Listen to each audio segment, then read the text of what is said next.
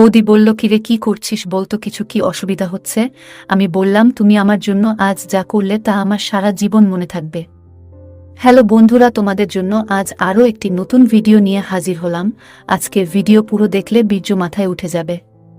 আজকে আমি বলবো স্যারের বউ মানে আমার বৌদির সাথে ঘটে যাওয়া গোপন কাহিনী। চলুন ভিডিওটি শুরু করা যাক। আমি অভিষেক, আমি তখন চাকরি বাকরি কিছু পাইনি, সবে যৌবনে পা দিয়েছি। সে সময় এত অ্যান্ড্রয়েডের মাতামাতি ছিল না, সবে মার্কেটে এসেছে। যৌবনে বিভিন্ন সব জাগে ছেলে মেয়েদের, আমিও সেই দলেই পড়েছি। শখ হলো কম্পিউটার শিখব। আমার বাড়ি থেকে কিছু দূরে সেন্টার, ভর্তি হলাম, তাড়াতাড়ি শিখতে লাগলাম।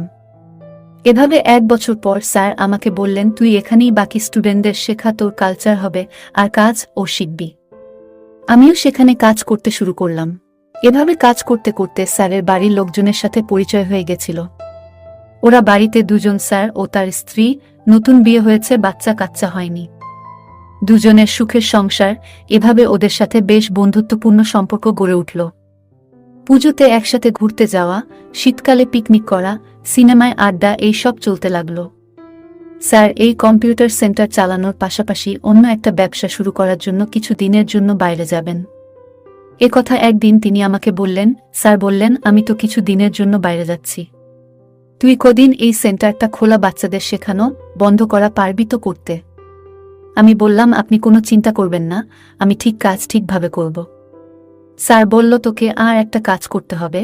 আমি বললাম, কি? স্যার বলল, তোর বৌদিকে দেখিস, যদি কোনো দরকার লাগে সাহায্য করিস। আমি বললাম, আচ্ছা ঠিক আছে। বাইরে ভালো মানুষ সেজে থাকা, আমি তো হাতে চাঁদ পেলাম। মনে মনে শয়তানি হাসি হেসে আমি নিজেকে বললাম, এত দিনে সুযোগ পেলাম। বৌদি দেখতে বেশ সুন্দরী, 5 ফুটের মতো উচ্চতা, ফর্সা রং, চুলটা কোমর অবধি, টানা টানা চোখ, মুখটা একটু চারকোনা টাইপের। ফিগারটা বাংলা সিনেমার হিরোইনের মতো, স্বভাব বেশ মিশুকে টাইপের। আগে যখন ঘুরতে যেতাম আমরা, ও বৌদি বেশ গল্প করত এবং বারবার হাসির ছলে আমার গায়ে ঢলে পড়ত। ব্যাপারটা আমি অনেকবার লক্ষ্য করেছি, কিন্তু কোনোদিন রিয়াক্ট করিনি সেরকম। কিন্তু মনে মনে এই বৌদিকে ভোগ করার ইচ্ছে দিনের পর দিন পল হতে লাগল। একবার দোল উৎসব উপলক্ষে আমরা শান্তিনিকেতনে গেছি। সেখানে দোল খেলতে খেলতে বৌদি প্রথম আমাকে রং মাখায়। আমি যখন রং মাখাতে যাই তখন ভুল করে আমার হাতটা বৌদির অন্য জায়গায় পড়ে যায়। পরে বৌদিকে সরি বলতে গেলে ও বলে, এটা তো স্বাভাবিক, আমি কিছু মনে করিনি, তুই কি ইচ্ছে করে করেছিস নাকি? এটা বলার সময় বৌদির চোখের চাহনি আর ঠোঁটের বাঁকা হাসি যে কি মনে করছিল সেটা আমি সহজেই বুঝে গেছিলাম। শুধু দরকার সময়ের আর সুযোগের। যাই হোক, দাদা গেছে বাইরে, এখন 15 দিনের আগে আসছে না। গ্রীষ্মের সময় সারাদিন সেন্টারে খাটাখাটনি করার পর রাত 8টায় সেন্টার বন্ধ করে বৌদির কাছে যেতাম আড্ডা দিতে। বৌদির হাতে চা খেয়ে মাথা ধরে থাকলে ছেড়ে যেত, যদিও আমি চা খেতে বা গল্প করতে যেতাম না। আমি যেতাম টোপ দিয়ে মাছ ধরতে। একদিন সন্ধ্যা থেকেই মেঘ গুড় করছে, কিন্তু বৃষ্টি নামছে না, গুমোট হয়ে আছে পরিবেশ। সেন্টারের এসিটাও গেছে খারাপ হয়ে। আমার তো মাথা ধরে ঢাক। 8টায় সেন্টারের ঝাঁপ নামিয়ে বৌদির কাছে গেলাম চাবি দিতে। সবে বৌদির বাড়ি ঢুকেছি আর শুরু হলো বৃষ্টি। 2 কাপ চা নিয়ে দুজনে বসে পড়লাম বিভিন্ন গল্পতে। গল্পের ফাঁকে কারেন্ট চলে যাওয়ায় বৌদি একটা মোমবাতি জেলে নিয়ে আসে এবং আমার পাশে বসে। বাইরে অঝোর ধারায় বৃষ্টি হচ্ছে। এবার সামনে কোথাও করকর শব্দ করে একটা বাজ পড়তেই বৌদি ঝাঁপিয়ে আমার কোলে উঠে বসল। বৌদি কিছু ফিল করায় নিজেকে সামলে নিয়ে আমার কোল থেকে নেমে আবার আমার পাশে বসল। এবার আমার ভেতরের শয়তানটা আর বাধা মানছে না, মনে হচ্ছে এখনই এই সোফাতে ফেলে মজা করি। কিন্তু মনকে বাগে আনতে হবে। আমি বললাম, বৌদি এবার উঠি, আমাকে বাড়ি যেতে হবে। বৌদি বলল, ওমা এই বৃষ্টিতে কি করে যাবি? ভিজে গেলে শরীর খারাপ হবে, এখন থাক, বৃষ্টি থামলে পড়ে যাবি। আমার কাছে থাকতে কি তোর খারাপ লাগে? আমি বললাম, না না, খারাপ কেন লাগবে? এই বৃষ্টির যা অবস্থা, সারা রাতেও থামবে কি না সন্দেহ হয়। বৌদি বলল, না থামলে থামবে না, আমার কাছে থাকবি। তোর স্যার ও বাড়ি নেই, একা থাকতে কেমন লাগে? একজন থাকলে ভালো লাগবে। তখন রাত 10টা বেজে গেছে, বৃষ্টি থামার কোনো চিহ্ন নেই, তার সঙ্গে ঝোড়ো হওয়া আর বিদ্যুৎ।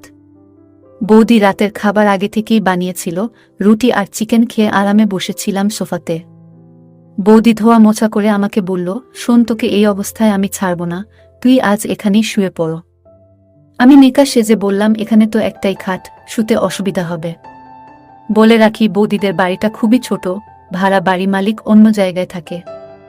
একটা কিচেন, বাথরুম, একটা বারান্দা, সেখানে সোফা, টিভি আর একটা ছোট বেডরুম। বৌদি বলল, তুই আমার পাশেই শুবি, তোর তো খারাপ চিন্তা নেই আমাকে নিয়ে।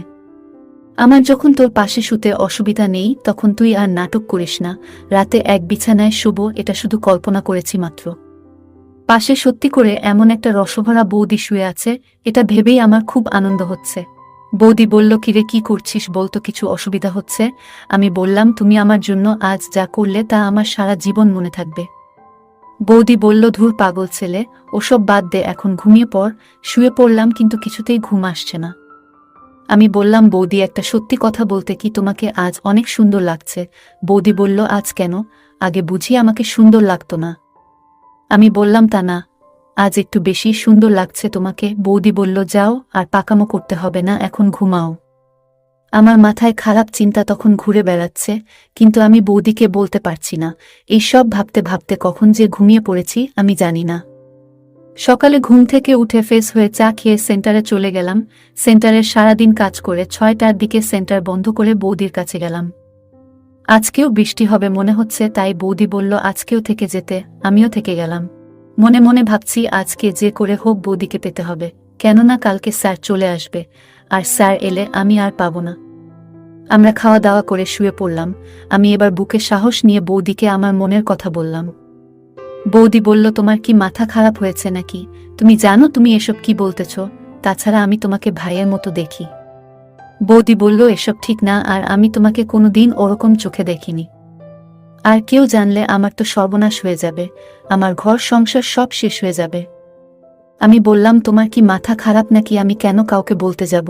এসব কেউ জানতে পারবে না। তারপর আমার জেদের কাছে বৌদিকে হার মানতে হলো। অবশেষে বৌদি রাজি হলো।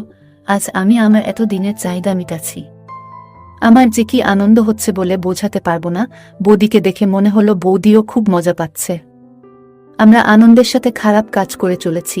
কিছুক্ষণ পর বৌদি আবার জিজ্ঞেস করে, আচ্ছা আমরা যা করছি তা কি ঠিক? আমি বললাম, তুমি এত ভেবো না তো, এখন শুধু মজা নাও। কিছুক্ষণ পর আমি আমার কাজ সেরে বাথরুমে চলে গেলাম। বাথরুম থেকে ফ্রেশ হয়ে আবার রুমে ফিরে এলাম। বৌদিও ফ্রেশ হয়ে এলো। তারপর আমরা দুজন ঘুমিয়ে পড়লাম। পরের দিন স্যার বাড়ি ফিরে এলো। তারপর থেকে আমি সুযোগের অপেক্ষায় থাকতাম। যখন স্যার বাড়িতে থাকতো না, আমি আর বৌদি মজা করতাম। এইভাবে আজও পর্যন্ত আমাদের সম্পর্ক চলতে আছে। আজও পর্যন্ত কেউ জানতে পারেনি। আর হ্যাঁ, তোমরা যেন কাউকে বলো না। যাই হোক, আজকের ভিডিও এই পর্যন্ত, এবং কালকে ভিডিওতে শিক্ষিকা ও ছাত্র এর এক নতুন গল্প তোমাদের সামনে তুলে ধরব। যদি আমাদের ভিডিওগুলি ভালো লাগে তাহলে লাইক, কমেন্ট এবং শেয়ার করুন।